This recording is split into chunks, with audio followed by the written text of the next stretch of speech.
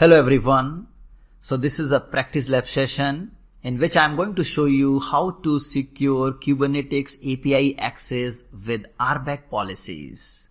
So to make it simplify, I have created a scenario based exercise. So first understand what exactly I'm going to perform.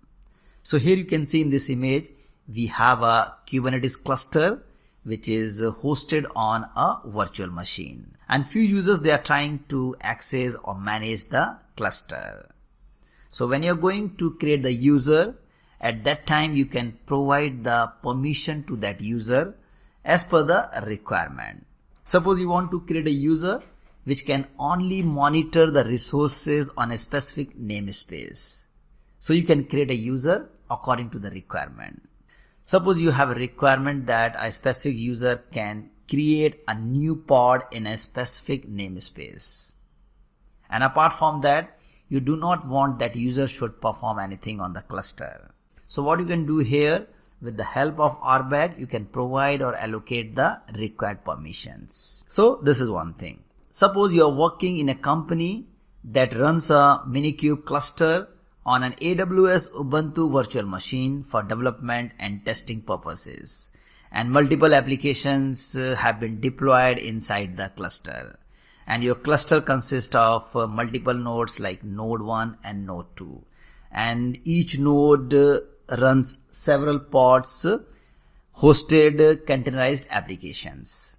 Now, to follow the best security practices, the company implements role-based access control to restrict access based on user roles. So basically, RBAC ensures that users only have required permissions to perform their task, preventing unnecessary access to critical resources.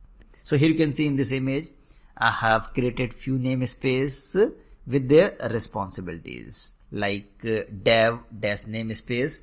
This namespace is for development related applications. We have another namespace, that is test namespace, for running and testing the applications. And you can see the users and their permissions. So you can create the user according to your requirement. So first of all, understand what exactly I am going to perform in our lab session. So first we are going to set up the Minikube cluster on AWS Ubuntu VM. So we are going to launch an Ubuntu virtual machine on AWS and then install and configure the Minikube to create a Kubernetes cluster. After that, I'm going to create a namespace, and the name of the namespace is my-namespace, and we'll deploy a few pods. And then I'm going to configure user roles and permissions. I'm going to create two users, mini user and DevOps. Mini user assigned list, cat and watch permissions for the namespace that we have created. We have another user, and that user will have full control over pods, including create, modify, view and delete operations. So by implementing RBAC, we ensure that each user has access only to the resources necessary for their role, maintaining security and compliance in the cluster. So this is the overview of our lab session. In the next lecture, I will start doing the lab.